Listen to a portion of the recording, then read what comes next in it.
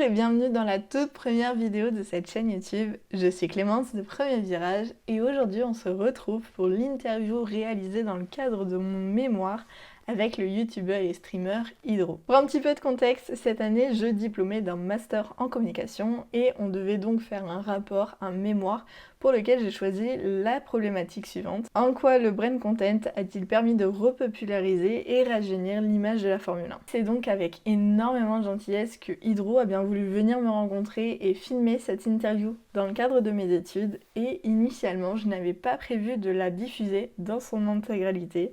C'est donc pour ça qu'il n'y a ni intro ni outro dans la vidéo et que je les filme actuellement. Bon, j'arrête avec le blabla et je vous laisse avec la suite de la vidéo. Bah déjà merci, vraiment, parce que je pensais pas que t'allais accepter. Moi aussi, en vrai, je t'ai dit, vu que j'étais de passage à Paris, en vrai, Ouais, c'est vraiment... tout s'enchaîne. Ouais.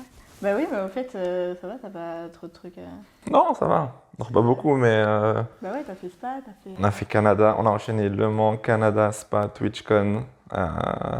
Qu'est-ce qu'on a fait d'autre? Après, il y a les sorties du jeu, les streams. Bah ouais, en fait, on Monza, de fou, là. Nissan, GP Explorer, 24 heures du Mans GP Racing. Explorer, j'ai trop hâte. Ouais, ça s'enchaîne. Ouais. Mais bon, c'est cool, en vrai, c'est du taf, donc Ouais. c'est sympa. Au moins, t'as On s'amuse. là. En vrai, t'es sur YouTube depuis longtemps. C'est ta première plateforme ou t'avais lancé d'autres choses avant? Non, j'ai commencé sur YouTube officiellement en 2015 avec le sport auto. Ouais. Avant avec les vidéos de Call of Duty d'enfants de 10 ans. Mais du coup, j'ai commencé en 2015 sur les jeux vidéo de F1 sur YouTube. Et après, je me suis un peu éparpillé sur Twitch, TikTok, Insta, etc. Ouais. C'est Twitch principalement là maintenant, non? Non, moi je fais les deux, tous les jours. Twitch le soir et YouTube, du coup, je fais ça la journée pour y sortir en fin de journée. Mais je développe plus Twitch que YouTube, on va dire. Twitch, c'est là où on a plus de projets et là où on évolue un petit peu plus maintenant que YouTube. Mais YouTube, ça va arriver. YouTube, on est en train de préparer la petite rotation. Je voulais savoir pourquoi le sport auto, est-ce que ça vient, je sais pas, de ta famille? La question. Je pense comme une grande partie en tout cas, ça vient des parents. Moi, c'est mon père qui est ultra fan de Ferrari. Donc dès que t'es gamin, le dimanche matin, c'est hop, F1 après le repas, etc. Et juste, moi, j'aimais bien les voitures. Donc bon, il y avait un lien, voilà, j'aimais bien les voitures. Mon père aimait bien le sport auto. Ça s'est fait, voilà, dès que j'étais gamin, je crois que j'ai commencé en 2005. Ah oui. J'avais 5 ou 6 ans. Et après, voilà, c'est resté. Moi, j'aimais bien tout ce qui était un peu l'audiovisuel. Et on va dire que j'ai mélangé les deux avec le montage, l'editing, etc. Le sport auto et YouTube. Justement, en fait, pourquoi tu t'es lancé à ce moment-là? Est-ce que c'est parce que la plateforme se développait? Est-ce que... Alors, l'anecdote est drôle, mais moi j'ai commencé YouTube donc sur Call of Duty, etc. Ouais. Ça, c'était les vidéos de 50 vues quand t'es gamin. Et après, du coup, donc j'ai raté ma troisième à cause de ça. J'ai redoublé ma troisième, donc première année catastrophique, deuxième année encore pire. Alors, je connaissais le programme et j'ai été en bac pro. Ouais. Et arrivé en bac pro, au final, je me suis retrouvé avec 18 de moyenne dès la première année, donc j'avais pas besoin de faire mes devoirs, c'était un peu trop facile. Et du coup, je m'ennuyais. Et vu que je jouais au jeu, je me suis dit, bah autant le mettre sur YouTube, autant bosser un petit truc. Et du coup, c'est en ratant ma troisième que je me suis lancé sur YouTube. Donc comme quoi, les échecs, au final, ça peut te permettre, ça débouche sur d'autres choses, tu vois. Tu t'es quand même lancé dans une époque où le sport auto, c'était un peu... C'était pas la vibe de maintenant. Ah, 2015, fallait être motivé. Hein. Ouais. On n'était pas nombreux et c'était l'époque tonton Bernier avec les Stones. Fallait en vouloir parce que la F1 mettait juste... Ils appelaient ça, non, c'était même pas les highlights, c'était les... Ah non, j'ai plus le nom. En vrai, c'était une vidéo de 3 minutes avec une musique et ils mettaient des clips. La moitié, c'était des meufs quasiment dénudées, la moitié, c'était des voitures. Donc tu vois un peu Bernier avec les Stones, quoi. C'était pas la bonne époque et non, bah, depuis, ça a bien changé. Donc c'est vrai qu'on a eu un peu de chance. Puis même, je pense... Rien que dire que tu regardais la F1, c'était pas non plus... Tu t'en vantais pas. Aujourd'hui, tout le monde. Aujourd'hui, tu vas en soirée. Oui. Ouais, t'as vu la course? Ah ouais, moi j'adore. Daniel Ricciardo, trop bien et tout. À l'époque, quoi? Max Chilton? C'est-à-dire, c'est... Non, tu t'en parlais pas en soirée, t'en parlais pas à l'école ou quoi que ce soit, mais c'est bien en vrai que ça change au final. Du coup, ouais, tu l'as dit, il y avait peu de créateurs. Genre vraiment, franchement, si tu devais le dire, vous étiez quoi En 2015? Ouais. Alors, je sais que bah, du coup, il y en avait. Moi, j'en ai 3 en tête. Ouais. Des Pielo venaient de commencer. Moi, j'ai commencé 1 an après. Mais je sais qu'il y avait des gens qui étaient là avant nous et que les gens n'ont jamais connu, tu vois. Mais parce que eux, à l'époque, avaient eu 3 000 à 4 000 abonnés, ce qui était énorme.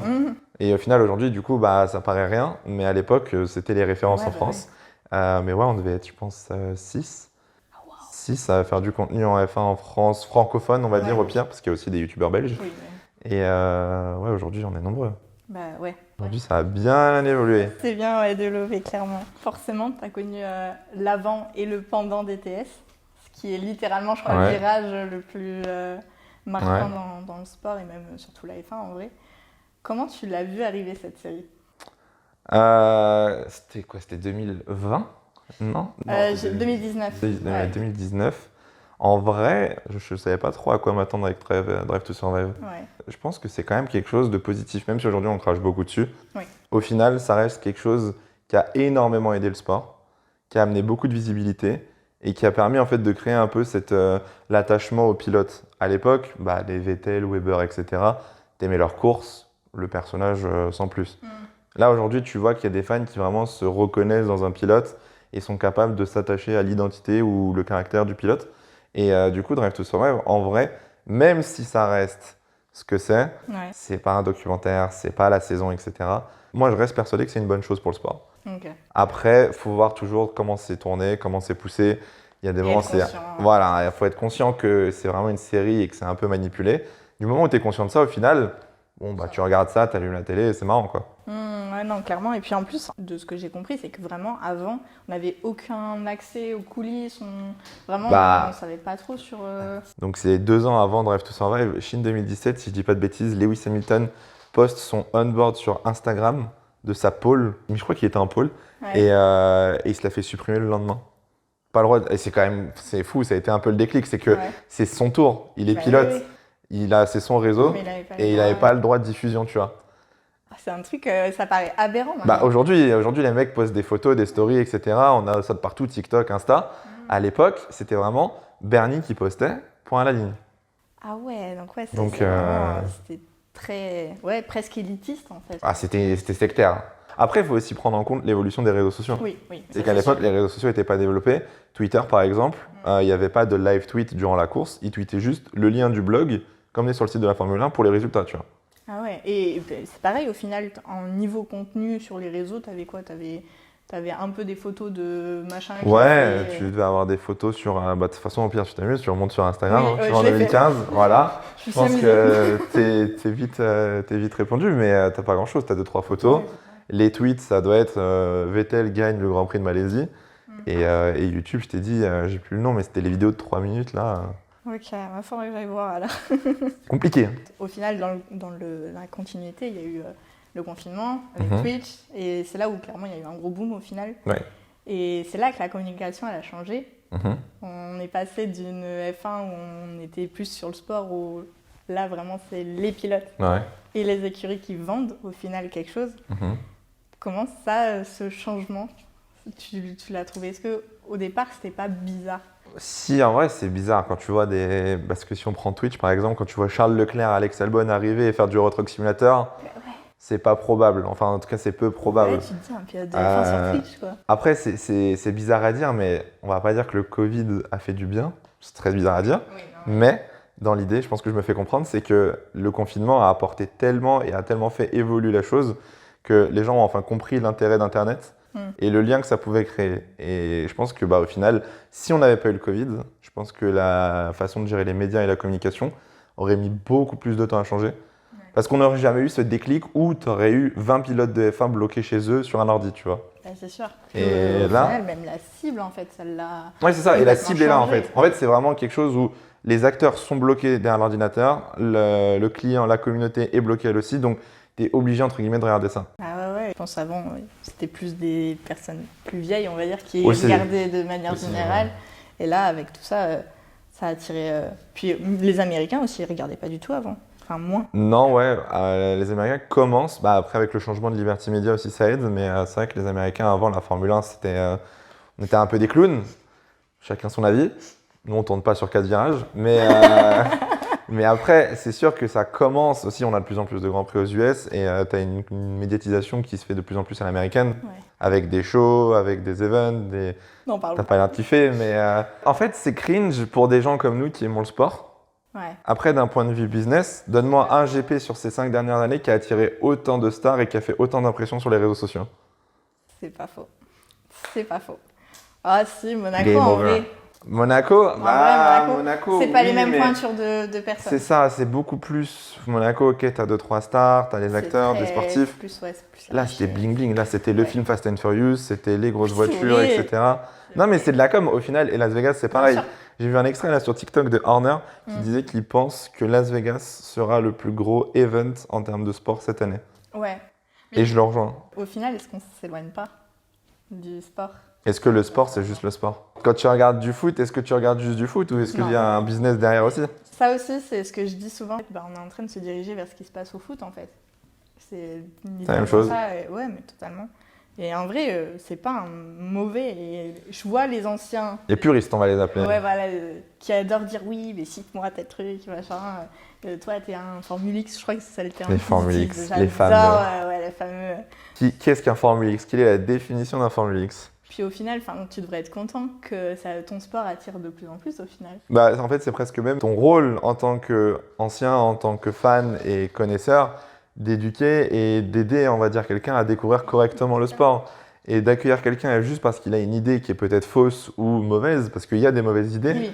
et de lui dire, bon bah non, tu connais rien, dégage. Bah, c'est dommage, enfin c'est bête. Oui, non, mais moi, je trouve tout ça totalement débile. Et, tu vois, c'est vrai que les filles ont découvert, par exemple, par rapport à DTS. Je leur ai dit, par contre, vous prenez du recul parce que c'est manipulé, c'est vraiment. Il y a un storytelling, il y a. C'est simple, tu regardes DTS, tu te poses 2 heures devant le Grand Prix de Hongrie et tu vas voir si tu aimes bien la Formule 1. On va être vite réglé. Hein, Ouais, non, mais c'est ça. Tu vas vite comprendre la différence, mais au final, si tu regardes une saison complète, cette saison c'est peut-être pas la meilleure, mais si tu la regardes dans sa globalité, tu as quand même des aspects intéressants. Tu as quand même des rivalités, des batailles, McLaren qui revient. En fait, c'est comme tout, il faut suivre dans la globalité. C'est ça. Non, vraiment, cette saison, je trouve qu'elle est pas mal en vrai. La saison est pas mauvaise au final, si tu enlèves Verstappen, même si on nous avait vendu, je trouve, un petit peu plus. Oui, je leur avais dit, vous allez voir, il y aura des rivalités. Voilà, avec la saison dernière, on nous avait vendu Mercedes qui revient, Ferrari Verstappen, on n'a pas eu Ferrari Verstappen, non. Mercedes n'est pas revenu. On a eu Alonso en début de saison, on s'est dit, ok, alors du coup Alonso ça a duré 7 GP. Là maintenant c'est McLaren, on va arriver à Singapour, ce sera peut-être Williams. Oui, mais pour l'instant du coup c'est un peu... Après c'est bien au final parce qu'on se retrouve un peu dans une saison à la 2012-13 où tu as 5-6 équipes dans le top 10 et quasi tout le monde peut faire podium. Bah ouais, puis là maintenant on peut même plus dire ok là je sais totalement qui sera le podium en fait. Non, tu sais qui va gagner. Oui, bon. Ça c'est pas dur. Du coup franchement t'as vu l'apparition de TikTok aussi. C'est, je pense, une grosse part de l'influence. J'ai l'impression d'être un fossile. Tu as eu l'apparition de Twitch, tu as eu l'apparition de TikTok, tu as eu l'apparition... Non, mais qu'est-ce que tu en penses du TikTok F1? Autant la Formule 1, les équipes et même les créateurs qui se sont mis. Qu'est-ce que tu en penses vraiment? Alors, je pense que je suis pas assez renseigné déjà. Ouais. Dans le sens où moi, TikTok, j'y vais vraiment juste quand je mange ou quoi et que je slide et tout. Je m'en sers pas comme outil, on va dire, pour aller voir du contenu. Après, je connais quand même des influenceurs français, anglais. Je vois un peu ce que les équipes font. Je crois qu'Aston Martin a le meilleur compte TikTok en vrai. Oui. Je sais c'est qui tient le compte TikTok, il est trop fort.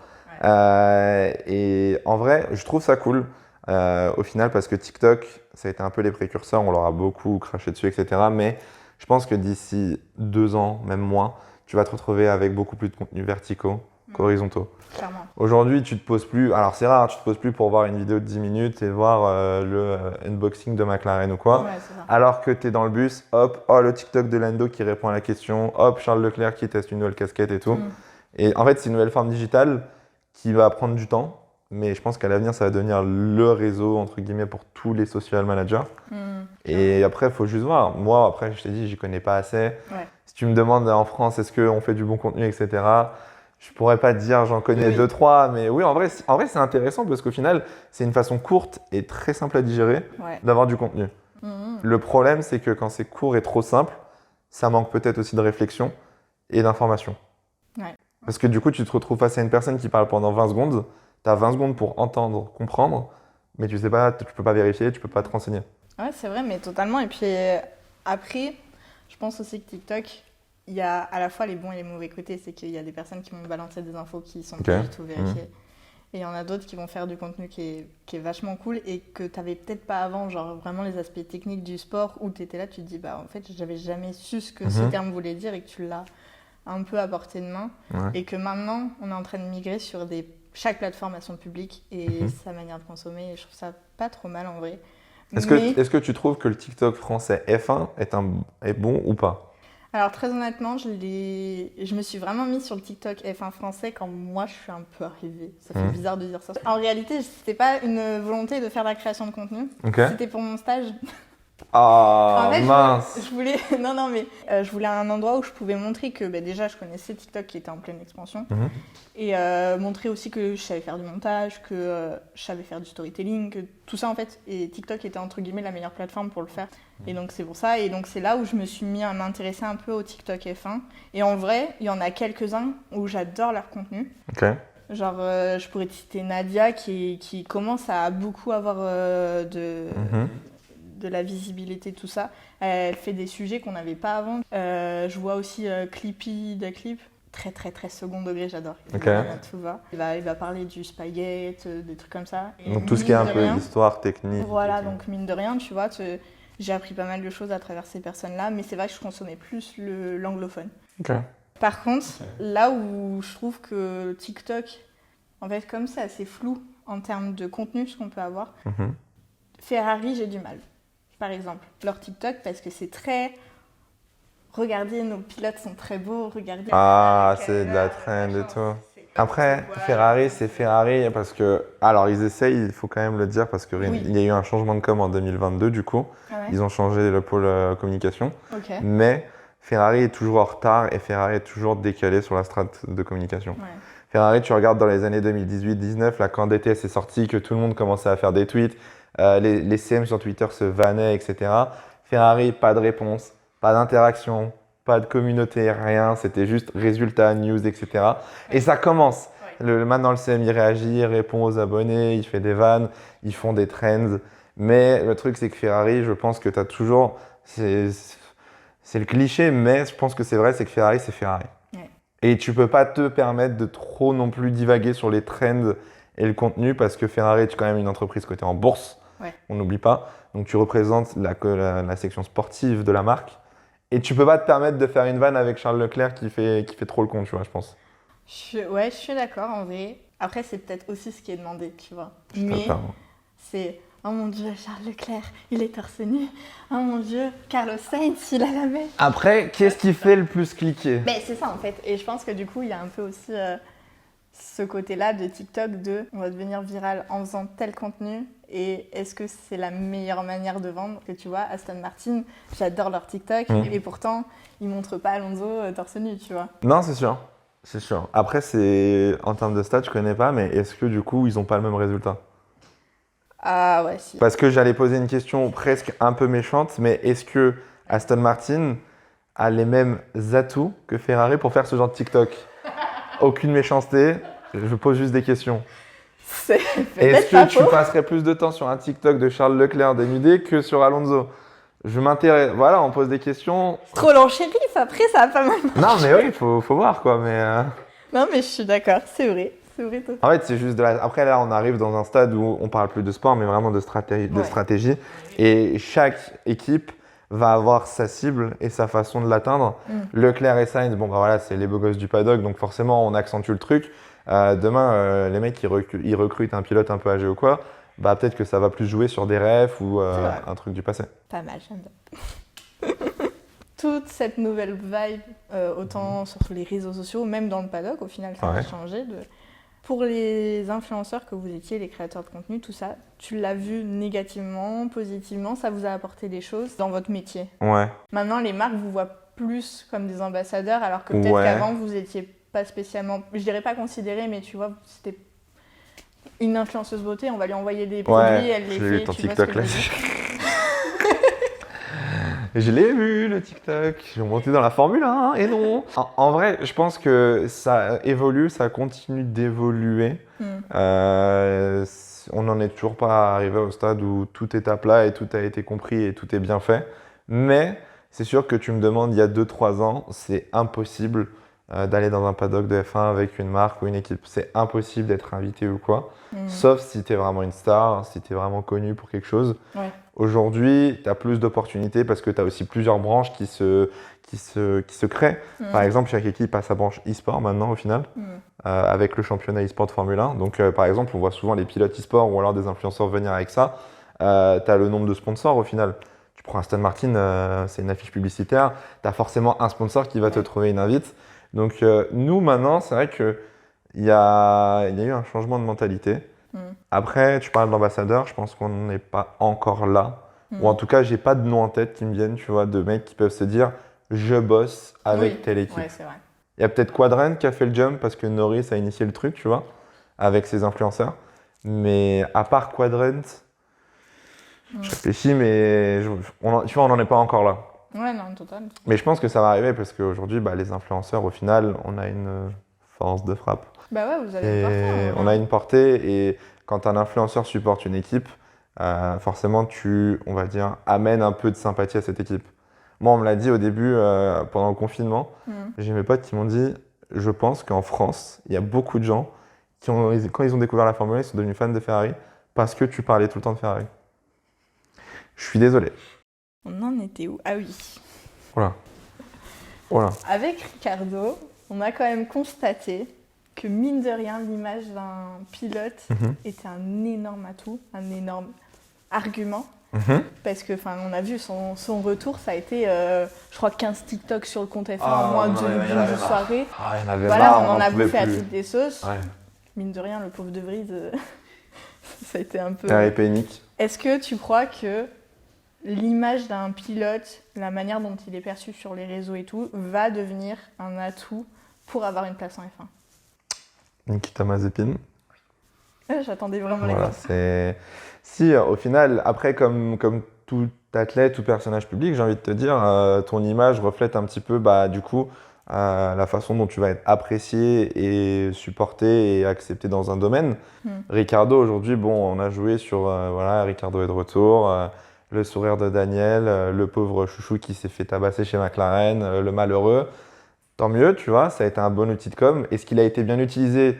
On l'a peut-être surutilisé à un moment, mais bien sûr que si. Tu regardes aujourd'hui, en fait, chaque pilote, il a ses refs, il a son truc.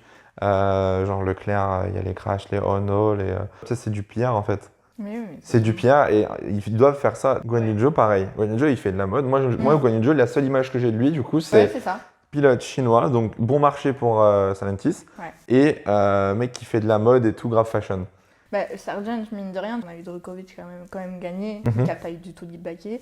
Sargent qui n'était pas exceptionnel, mais c'est un marché américain qui l'amène. C'est un américain, il n'y en a pas sur la... C'est du business. Voilà. T'as 3 GP aux US. Ouais. En fait, la Formule 1 est un sport.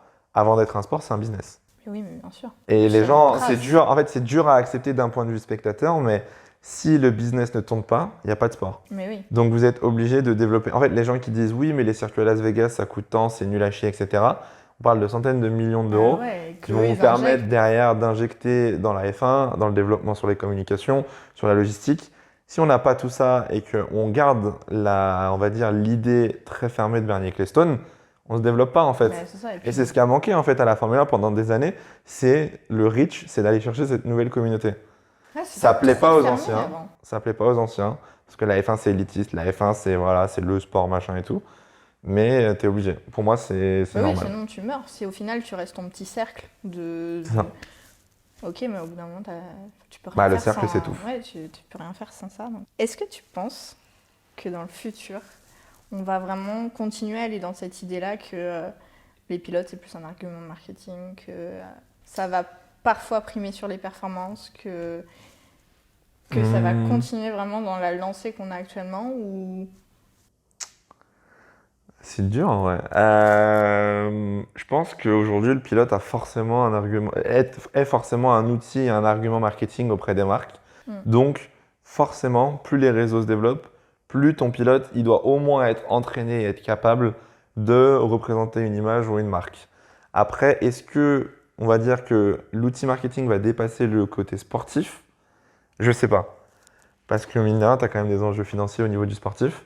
Et tu prends un pilote qui ne perf pas, il a beau être très bien représenté sur les réseaux, apprécié, etc., ça a posé problème. Ouais, je suis d'accord. Donc, j'avoue que je sais pas. Je trouve que c'est très embriqué, les deux.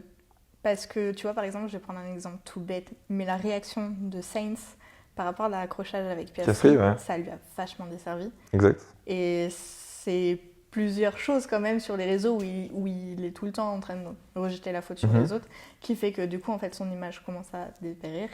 Et qui fait que du coup, je pense aussi, sur les réseaux, ça ne l'aide pas à avoir des arguments pour dire à Ferrari. Ouais. Je suis là. Mais qu'en même temps, c'est pas non plus ça qui fait que Ferrari va le garder ou pas, tu vois. Ouais. Je pense que l'un va pas sans l'autre actuellement. Après, de toute façon, tes performances, au final, sauf si tu t'appelles Mick Schumacher, ont forcément un impact sur ta réputation. Mick Schumacher, il a de la chance, peu importe ce qu'il fera, il a beau être nul, on va quand même l'aimer.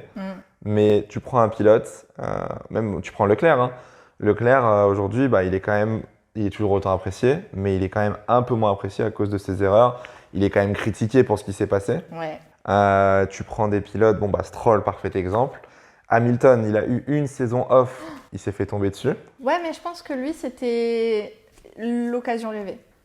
Parce que forcément, ça faisait 8 ans que tu attendais ça. Bien sûr. Et que tu avais l'occasion de dire, Hamilton, il est humain et enfin, il fait pas une bonne saison, tu vois. Et au final, on te tombe dessus directement. Donc les deux sont liés. Non, très bonne remarque. Ouais. Est-ce qu'on peut parler un peu de off-track ? Oui. Voilà. Vous avez eu l'idée quand ? Qu'est-ce qui t'a mené déjà à avoir l'idée, à t'associer avec quelqu'un ? Alors, off-track, du coup, on l'a créé, c'est là où j'ai honte, je crois qu'on l'a créé pour le Grand Prix de Belgique 2021, si je dis pas de bêtises. Bon timing. En fait, off-track, on l'avait créé juste avant le Grand Prix d'Hongrie 2021. Ok. On était que Alex et moi, et on n'était pas prêts, on n'avait pas fini les logos, on n'avait pas tout posé, tu vois. Et on s'était dit, est-ce qu'on lance quand même le compte Twitter ou pas ? Ouais. On l'a pas lancé, victoire d'Esteban Ocon. Les boules. J'étais là en mode, bon, c'est pas grave, on fera ça à la rentrée. Du coup, on a commencé à Spa. Bon, Spa 2021, un classique, hein, on a pu faire des blagues, c'était bien cool. Mais du coup, non, on s'est lancé à deux. Moi, c'est un truc que je voulais toujours faire, en fait. Depuis que j'ai commencé YouTube, j'avais envie de créer un peu un groupe de personnes, tu vois, fans de F1, et qui peuvent faire des contenus sur différentes plateformes et pas du journalisme pur et dur. Même si le compte Twitter, aujourd'hui, on partage beaucoup d'infos, on essaye d'informer au maximum sur ce qui peut ou va se passer. Au final, on essaye d'être sur TikTok, sur Insta, on essaye de faire d'autres sports. Et le but, c'est vraiment, tu vois, de s'étendre et d'avoir un groupe de personnes qui juste kiffent faire ça, tu vois. Ouais, et puis, vraiment, moi, je te le dis, c'est, je crois, l'un des médias que je suis le plus, pour de vrai.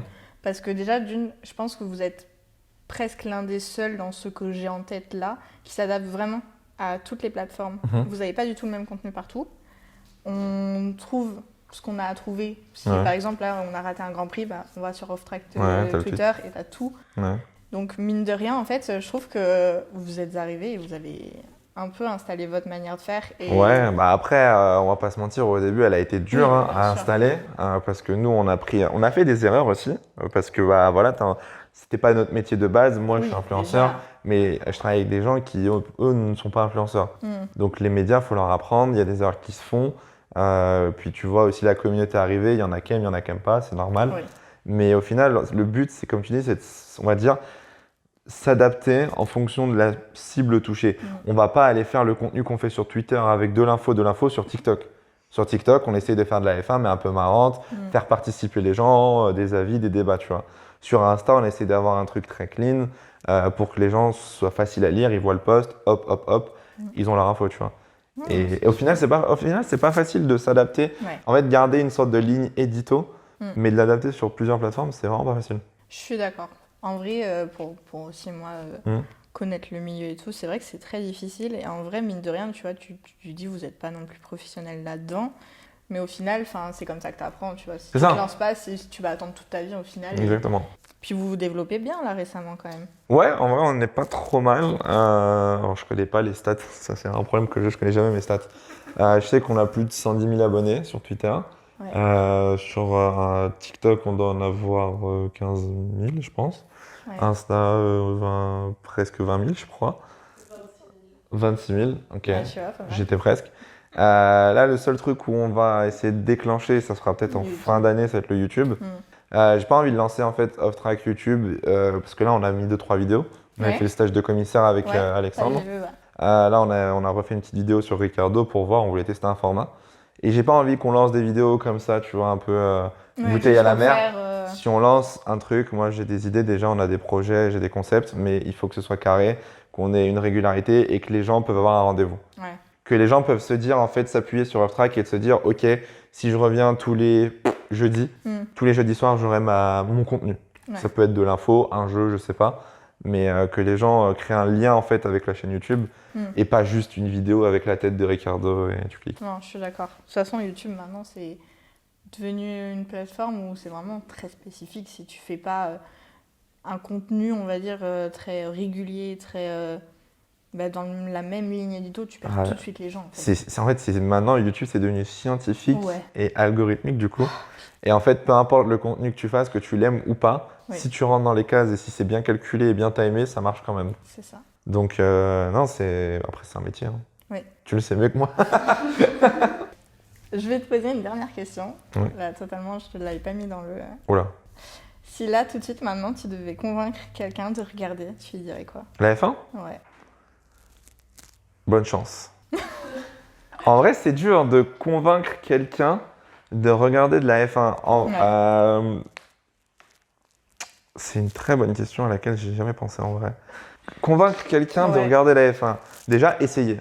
Déjà, si tu essayes pas et que tu restes bloqué sur tes stéréotypes des mecs qui tournent en rond, c'est des voitures et c'est pas du sport, etc., tu peux pas savoir. Ensuite, d'essayer avec plusieurs grands prix pour comparer et essayer de comprendre déjà la différence sur chaque circuit parce que tu n'auras pas le même résultat, tu n'auras pas la même stratégie. Et en vrai de vrai, je pense que pour commencer la F1, il faut s'entourer avec au moins quelqu'un qui connaît. Alors, forcément, ça peut être quelqu'un, un ami, un parent de la famille, ça peut être sur les réseaux aussi. Oui, mine de Ça rien, peut être au final juste de s'intéresser et de suivre un influenceur, un journal, un compte d'infos, peu importe, qui va du coup un peu t'aiguiller, t'expliquer. Si tu comprends pas, tu vas chercher sur le truc pour essayer de mieux comprendre. Et bien entouré, normalement, si tu aimes le sport automobile, après forcément, si tu aimes le sport automobile et que tu es bien entouré et que tu as les gens pour t'expliquer, normalement à la F1, tu deviens quand même très vite accro. Ouais, mine de rien. N'est-ce pas?